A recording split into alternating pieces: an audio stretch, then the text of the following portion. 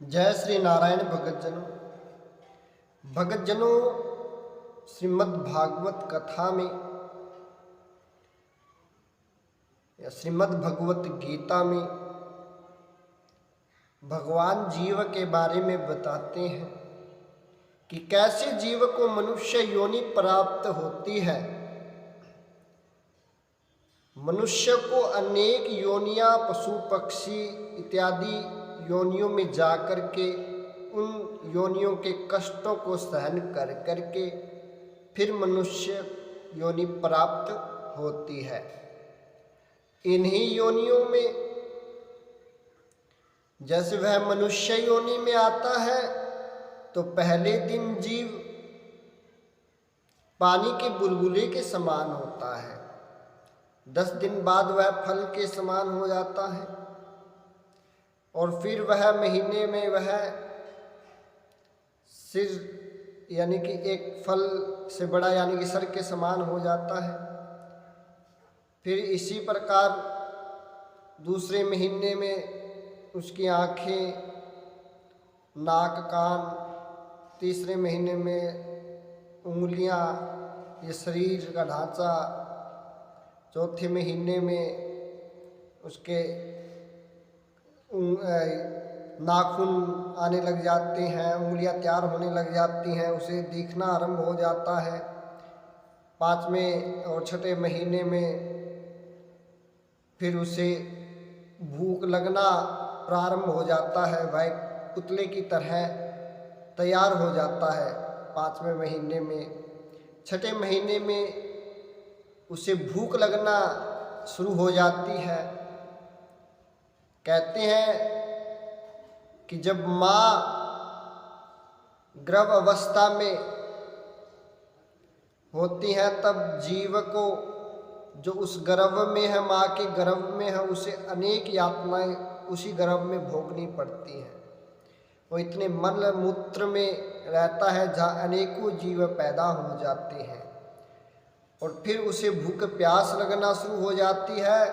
तो जैसे माँ नून, मिर्च या कोई भी किसी भी तरह का पदार्थ खाती है जिसमें वेदना उत्पन्न होती हो, तो इसी प्रकार उस जीव को गर्भ के अंदर माँ के यहाँ जब वो मिर्च खाती हैं या कोई पदार्थ जिससे वेदना होती हो, तो जब वह पदार्थ जीव को ग्रहण करता है तो उसे अनेकों कष्ट होते हैं। कहा जाता है कि जीव को 7वें महीने में पिछले जन्मों की याद आ जाती है कि पिछले जन्म में तुमने क्या क्या कर्म किए थे। उन कर्मों को वह फिर से याद करता है और याद कर करके वह भगवान को स्मरण करता है प्रतिपल और कहता है कि हे भगवान, मुझे यहाँ से निकालिए, मैं आपका हूँ, मैं आपकी सेवा करूँगा, मुझे इस नरक, घोर नरक से निकालिए। मैं जब मुझे ये जन्म मिलेगा, मैं इस धरती पर आऊँगा तो हमेशा आपके चरणों में आपकी सेवा करता रहूँगा। वह भगवान से ऐसी प्रार्थनाएं करता है क्योंकि वह गर्भाशय के अंदर उसे बहुत पीड़ाएं होती हैं। तब 9वें मास में जा कर के भगवान उस पर कृपा करते हैं और कहते हैं कि जा, तू आबाद है। फिर वह इस धरती पर आ जाता है और फिर उसे माया का स्पर्श हो जाता है कि भगवान की माया इतनी प्रबल है कि आज तक उससे कोई नहीं बच पाया।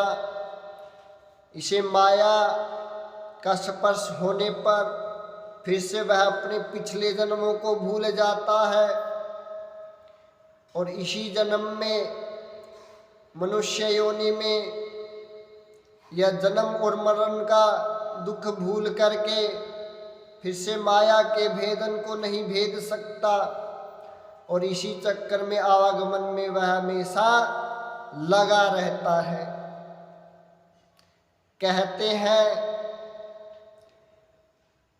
कि भगवान को वह भूल करके माया के स्पर्श होने के बाद में वह सबसे पहले बचपन में अपनी माँ को याद रखता है कुछ समय के लिए। फिर थोड़ा और बड़ा होता है तो वह खिलौनों को याद करता है, खिलौनों के साथ खेलता है। जब वह बचपन से थोड़ा सा और जब वह पुस्तकालय पाठशाला में पढ़ने जाता है तो उसे पुस्तकों से प्रेम हो जाता है और वह खेल कूद में अपना बचपन टिपा देता है। और कुछ समय वह पुस्तकों से भी प्रेम करता है। जब वह पाठशालाओं में पढ़ने के लिए जाता है और फिर कुछ और बड़ा हो जाता है तो वह धन माया के लिए अपने आप को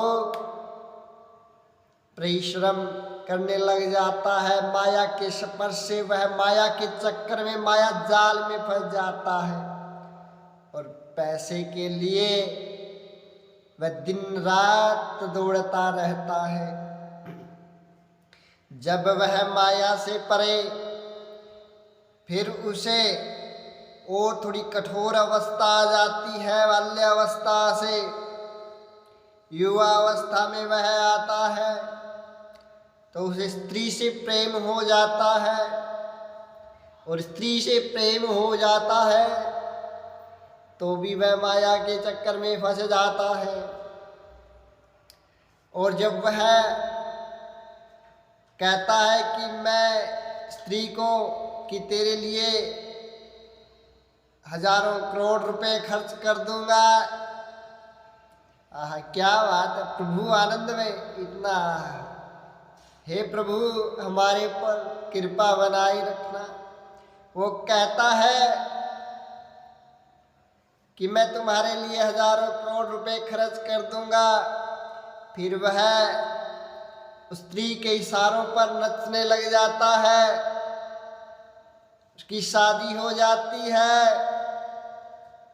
वह अपनी पत्नी से अत्यधिक प्रेम करता है।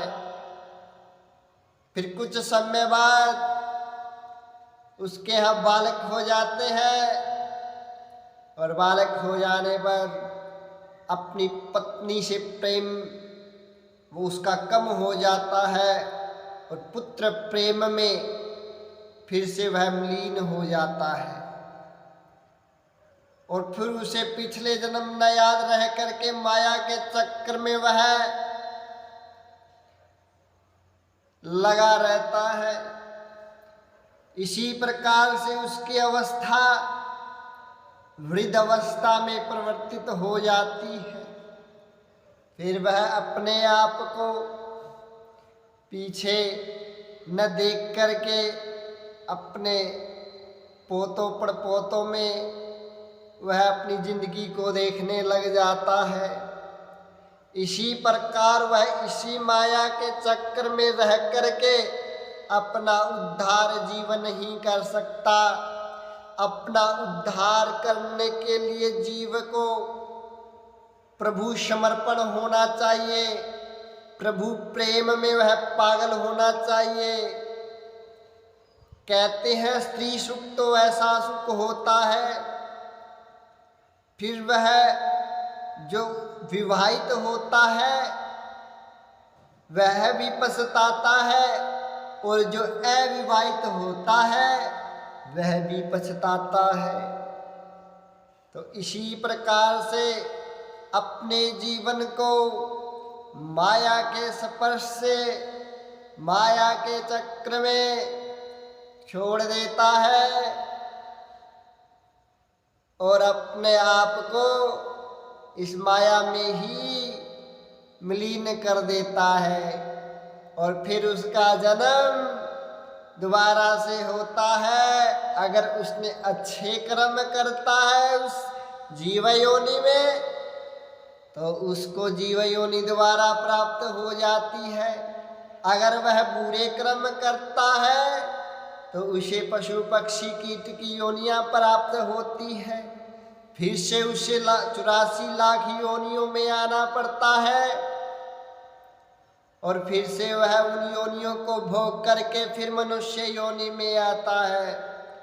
इसी प्रकार जीव आवागमन के चक्र में प्रभु को भूल करके आवागमन में ही लगा रहता है। और जो कोई इस भगवान की माया को समझ जाते हैं वह इस भव सागर से पार भगवान उसका हाथ पकड़ लेते हैं और अपने आप को वह प्रभु के हवाले कर देता है। जिसने पकड़ा हाथ रे बंदे उसका हो गया साथ रे बंदे। मैं तो भजूं हरि का नाम, मैं तो भजूं हरि का नाम।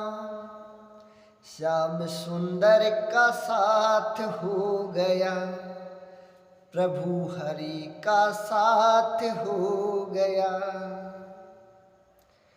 श्री श्याम सुंदर की बन के दुल्हनिया मैं तो नाचूं रे। आए मेरे मोहन प्यारे फिर कैसे न नाचूं रे, फिर कैसे न नाचूं रे। कि नाच भी यही नचाता है, खेल भी यही खिलाता है। इसकी माया को कोई नहीं समझ पाता है।